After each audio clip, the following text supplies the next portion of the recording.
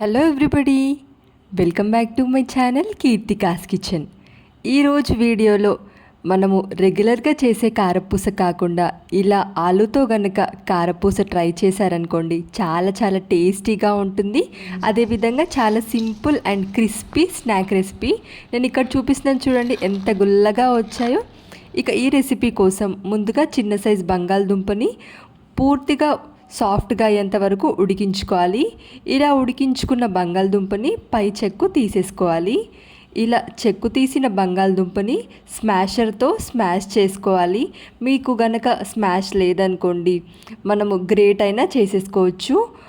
Fine paste, సాఫ్ట్గా paste అయ్యేలాగా అస్సలు తునకలేమీ లేకుండా, చిన్న చిన్న పలుకులు కూడా లేకుండా ఆలుని పూర్తిగా స్మాష్ చేసుకోవాలి. నేను ఇక్కడ చూపిస్తున్నాను చూడండి. ఈ విధంగా స్మాష్ చేసుకున్న తర్వాత ఇందులో ఒక 1/2 టేబుల్ స్పూన్ వరకు కారం, టేస్ట్కి సరిపడా సాల్ట్, 1/2 టేబుల్ స్పూన్ పసుపు, అదేవిధంగా 1 టేబుల్ స్పూన్ ధనియా పౌడర్ వేసేసుకొని, ఇంకా ఒక 1/2 టేబుల్ స్పూన్ జీలకర్ర పొడి కూడా వేసేసుకొని, ఇందులోనే 1 టేబుల్ స్పూన్ ఆయిల్ వేసుకొని, ఇక ఇవన్నీ కూడా చక్కగా బంగాళదుంపలో కలిసే విధంగా కలుపుకోండి.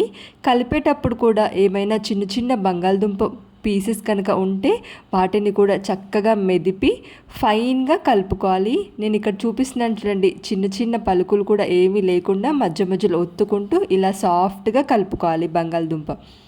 నెక్స్ట్ ఇందులో 1 కప్పు దాకా శనగపిండి వేసేసుకొని ఫస్ట్ మనము పిండిని చక్కగా కలుపుకోవాలి. ఇందులో వాటర్ అస్సలు వేయకుండా ఈ బంగాళదుంపల నుంచి వచ్చే వాటర్ కంటెంట్, ఈ తేమతోనే మనం పిండి కలుపుకోవాలి. ఫస్ట్ పిండి కలుపుకున్న తర్వాత మరలా పిండి కనుక పడుతుంది అనిపిస్తే ఇందులో ఇంకొంచెం పిండి వేసుకొని కలుపుకోవాలి. ఇందులో పిండికి క్వాంటిటీ అనేది ఏమీ ఉండదండి.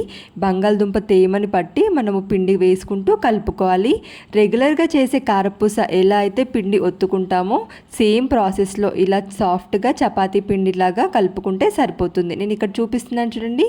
ఇంకా నెక్స్ట్ వీటిని ఫ్రై చేసుకోవడం కోసం ఆయిల్ వేడైందా లేదా అని చెక్ చేసుకొని, చెయ్యి ఒకసారి వాటర్లో తడుపుకొని జంతికలు చేసే గొట్టంలో సన్నటి హోల్స్ ఉన్న దాంట్లో పిండి పెట్టుకొని బాగా వేడిగా ఉన్న ఆయిల్ని లో ఫ్లేమ్లో పెట్టుకొని ఇలా కారపూస ఒత్తుకోవాలి. కారపూస ఒత్తిన వెంటనే అస్సలు తిప్పకుండా ఈ నురగ పూర్తిగా పోయేంత వరకు కూడా ఫ్రై చేసుకోవాలి.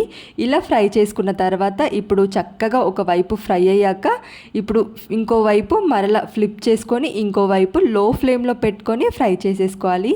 ఇలా లో ఫ్లేమ్లో పెట్టుకొని ఫ్లిప్ చేస్తూ 2 సైడ్స్ ఫ్రై చేసుకోవడం వల్ల మనకు కారపూస క్రిస్పీగా వస్తుంది. మనకు బయట షాప్స్లో దొరికే ఆలూ సేవ్ ఎలా అయితే ఉంటుందో ఆలూ బుర్జీ సేమ్ టేస్ట్తో ఈ కారపూస ఉంటుంది. ఇలా 2 వైపులు కూడా చక్కగా ఫ్రై చేసుకున్న దాన్ని వేరే ఒక బౌల్లోకి ట్రాన్స్ఫర్ చేసుకోవాలి. సేమ్ ప్రాసెస్లో మరలా లో ఫ్లేమ్లో పెట్టుకొని ఇలా కారపూస ఒత్తుకోవాలి. ఈ నురగ పూర్తిగా పోయిన తర్వాత ఫ్లిప్ చేసి ఇంకో వైపు ఫ్రై చేసుకుంటే మనకు టేస్టీ ఆలూ బుర్జీ కారపూస రెడీ. ఈ ప్రాసెస్లో మీరు ట్రై చేయండి, పిల్లలు ఇష్టంగా తింటారు. స్నాక్స్ బాక్స్లో ఈజీగా చేసుకునే ఈ స్నాక్ రెసిపీ 30 నిమిషాల్లో అయిపోతుంది. ఇలా చేసుకున్న కారపూస 10 నుంచి 15 రోజుల వరకు కూడా స్టోర్ చేసుకోవచ్చు. ఈ వీడియో కనుక నచ్చితే లైక్ చేయండి. ఇలాంటి మరిన్ని ఇంట్రెస్టింగ్ రెసిపీస్ కోసం ఛానల్ని సబ్స్క్రైబ్ చేయండి. Thank you for watching.